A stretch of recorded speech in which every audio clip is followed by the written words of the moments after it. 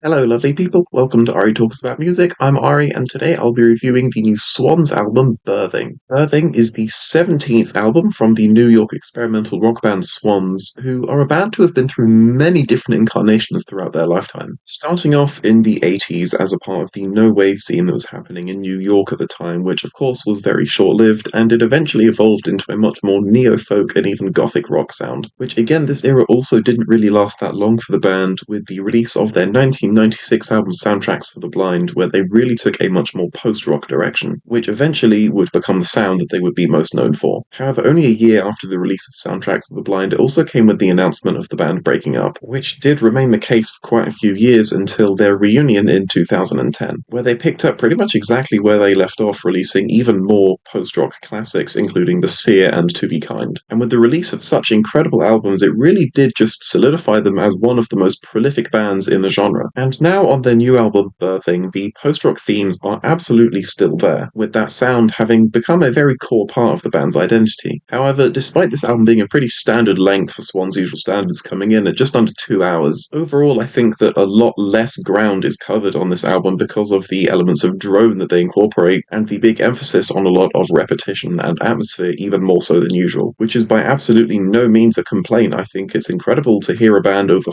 40 years into their career still trying new things and experimenting and still doing an amazing job. One of the most instantly noticeable elements of the drone sound that they're using is that very kind of single note droning guitar that they use on a lot of the songs, which is a sound used a lot in both post-rock and drone, and actually reminds me a lot of Godspeed You Black Emperor's signature sound, which despite Swans and Godspeed pretty much being the two biggest bands in the post-rock genre, I think that until now they've actually not been that comparable sonically. However, now with Swans utilizing that sound a lot more, I think it does make this project very comparable to a lot of my favorite Godspeed You Black Emperor albums. The opening track on this album, The Healers, opens pretty much exactly how you would expect a Swans album to start, with this very long and brooding bass line, and lots of very airy and very spacey sound effects that give it this lovely atmosphere. And then as the track starts to progress, the aforementioned droning guitar starts to have a much bigger presence. And from this point forward, it really does just feel like a textbook post-rock song, but of course with the added feature of Michael Gira's rambling that does just give it that signature Swans flair. I'm also a really big fan of the very repetitive guitar riff on this track that just keeps going for pretty much the whole thing while all of the other sounds around it are just happening and doing their thing. All the while you have that one main guitar riff that pretty much acts as a centerpiece of the song, which I think is quite an overused format in the genre of post-rock, you could say. However, I think it still works every time. And then right at the end of the song, you have this very loud, very explosive moment that's almost somewhat of a callback to their no-wave days in the 80s, but still with a much bigger emphasis on melody and rhythm and just less so being disturbing and noisy for the sake of it. I Am a Tower then starts just as a very typical drone song, but of course you still have that extra Swans flair. The intro does drag on maybe just a little bit too long, even for drone standards, but I do love the way that it eventually starts to build, with the drumming slowly and subtly becoming really, really weird and chaotic. It does then go a bit softer for a few moments before then building back up to this incredible climax, which without a doubt is the most Godspeed sounding moment on the whole album, where you again have that iconic droning guitar that does sound absolutely incredible, and sounds not only very Godspeed, but I think the further you go into the track, the more it starts to remind me of David Bowie's Heroes more than anything. Then you have the title track, which opens with these really nice twinkling sound effects, which do go on for a while. However, I think more layers start to get added just at the right moment. Most notably, you have these very loud drums, which are so grand and really make this track feel so theatrical, especially with how the guitar sounds too. The very slow and subtle build-up definitely does creep up on you quite a bit, but also fades out really well and doesn't feel too abrupt. And then the much softer moment on the latter half of the track is genuinely really beautiful, especially just with how soothing the piano sounds, and also Michael Gira's voice just being so much softer, which really does make a change from a lot of the rest of the album and even just the Swans discography at large. The next track, Red Yellow, I think feels more like an interlude really than anything else, being notably shorter than all of the other songs on the album. But despite its interlude-y kind of feel, it still is one of the most experimental songs on here, just having all sorts of weird and wild things happening. And I think overall definitely does feel like quite an unnecessary addition, with it really providing very little, but another song can't just do a lot better. Especially with the latter half of the album being a lot more experimental anyway, it just feels like this track is very unnecessary, given that post-rock is not really a genre that needs interludes, just because of by nature of the genre, each track provides you with so much room to breathe anyway. Going into the second half of the album, the track Guardian Spirit then somewhat continues the experimental tone tone set by Red Yellow, with a much harsher guitar sound and definitely less of an emphasis on droning and repetition. I think this is just kind of a textbook Swans track. The way it builds and just the overall structure, there's nothing wrong with it, but I think even though it's still quite experimental, for the usual Swan standards, especially at this point in their discography, it really doesn't do anything all that daring that pretty much any track on To Be Kind or The Seer can't just do 100 times better. And I think that much of the same can be said for the following track, The Merge, which despite its very typical song structure, I think overall still does a slightly better job at keeping itself interesting. Most notably, you have this very short but still really unique moment with a very heavy windmill scene influence, where you have a lot of the very dissonant and chaotic brass instruments that really does sound like it could almost be something off of a Black Country New Road or Black Midi or even a Maruja project. And then going into the latter half of the track, you just have this very dreamy, very spacey kind of sound going on, which again, nothing wrong with it, but I think overall what this track really lacks is direction, with each moment on its own sounding great, but there's just very little continuity between them all. And then finally, the closing track, Rope Away, does actually end things quite well, just being a nearly 20-minute track of almost entirely ambient music, which just by nature of how it sounds, there's very little to say about it, but it does just sound really good, and I think provides a nice atmosphere that I think was lacking on a lot of the latter half of the album. And then very briefly, just the last few minutes of the song, you then have this really weird moment, which is almost somewhat of a callback to their neo-folk era, which is something that Swan do tend to do quite a lot on their albums, which is just these very brief callbacks to various different eras of the band, although with this one both beginning and ending quite abruptly. And so while I think this is absolutely far from my favourite Swans project, with it overall just lacking a little bit of direction and definitely providing a lot less to their discography than some of their other absolute best albums, but I still think that it's really cool to see them still experimenting, still trying new things, even this late into their career. But I do still find it quite interesting how the first half of the album, having much more of an emphasis on drone, which is not something they've experimented